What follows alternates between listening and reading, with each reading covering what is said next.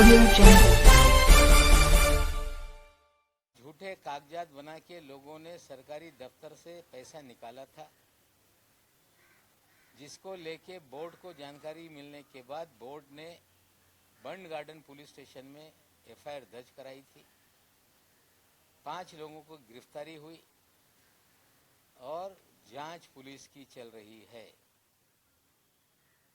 ED अगर उसमें हमें सहयोग कर रही है क्लीनअप के लिए, हम उसका स्वागत करते हैं। हमने 7 मामलों में पहली बार महाराष्ट्र में एफआईआर दर्ज किया है। एक डिप्टी कलेक्टर की भी उसके अंदर कार्रवाई उस पर भी किया गया, गिरफ्तारी भी हुई है। और वक्फ बोर्ड में क्लीनअप अभियान हमने महाराष्ट्र में जारी किया है। बीजेपी के लोग कहते हैं कि नवाब मलिक का वक्फ बोर्ड का घोटाला बाहर निकालेंगे। हम तो कहते हैं कि क्लीनअप ड्राइव शुरू हो जाए तो जो भी मस्जिद, मंदिर, दरगाह की जमीनें हड़प करने का काम इस महाराष्ट्र में किया है। भारतीय जनता पार्टी के एक पूर्व मंत्री,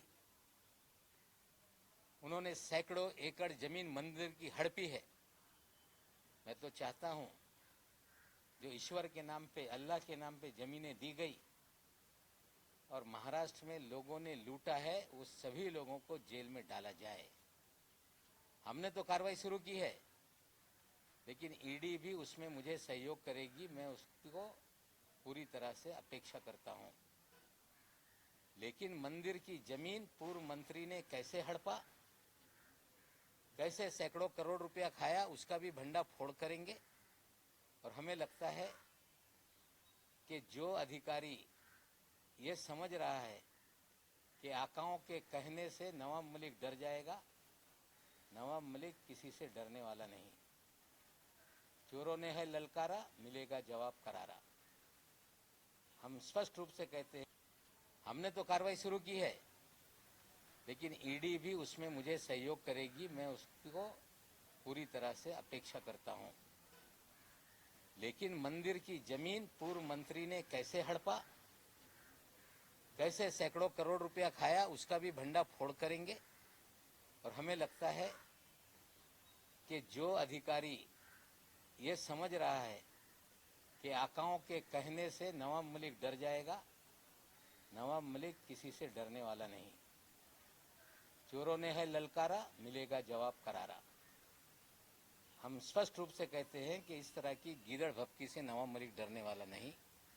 ये लड़ाई चोरों के खिलाफ हमने छेड़ी है और अंत तक इस लड़ाई को लेके जाएंगे। दूसरा एक विषय बहुत गंभीर इस देश में है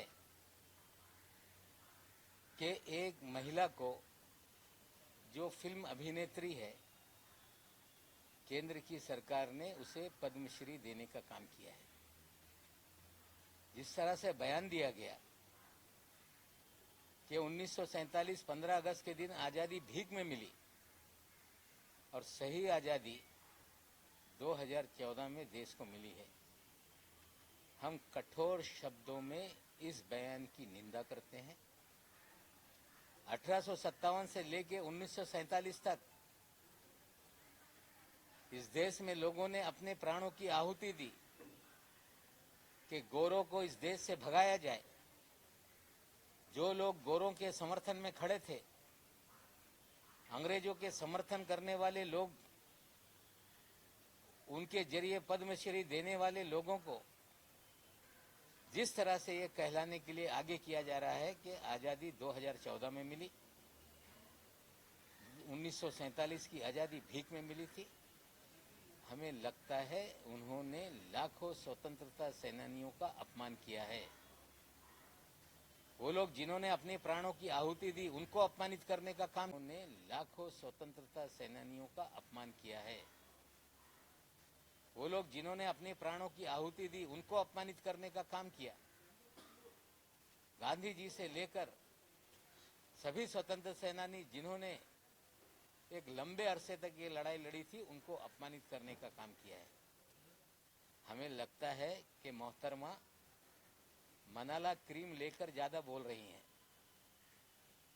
मनाला क्रीम का डोज ज्यादा हो गया, इस तरह की उल जुलूल बातें कर रही है।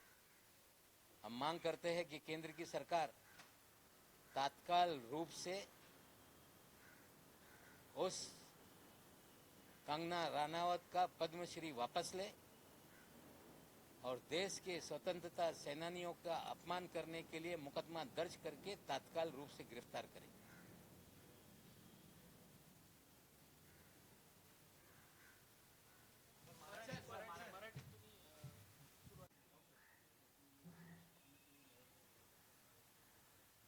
कल दोपहर से मीडिया द्वारा अफवाहें फैलाने का काम कुछ सरकारी एजेंसियों ने शुरू किया। ये कहा गया कि वक्फ बोर्ड के दफ्तर में छापे पड़े, नवाब मलिक पे सिकंजा ईडी का कसा। मैं ईडी के लोगों से कहना चाहता हूं कि आप अफवाहें फैलाने का काम बंद करें। आप प्रेस कॉन्फ्रेंस लेके या प्रेस नोट के जरिए सच्ची खबरें लोगों तक पहुंचाएं। लीक करके माहौल बनाने से आप किसी की छवि खराब नहीं कर सकते। आकाओं को खुश करने के लिए खेल खेला जा रहा है, मुझे पता है। कल पुणे में जो एंडोमेंट ताबूत ट्रस्ट है, जिसकी जमीन एमआईडीसी ने संपादित की थी,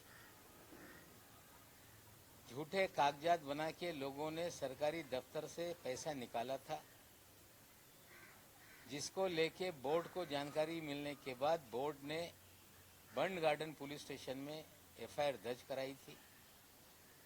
5 लोगों को गिरफ्तारी हुई और जांच पुलिस की चल रही है। ईडी अगर उसमें हमें सहयोग कर रही है क्लीनअप के लिए, हम उसका स्वागत करते हैं।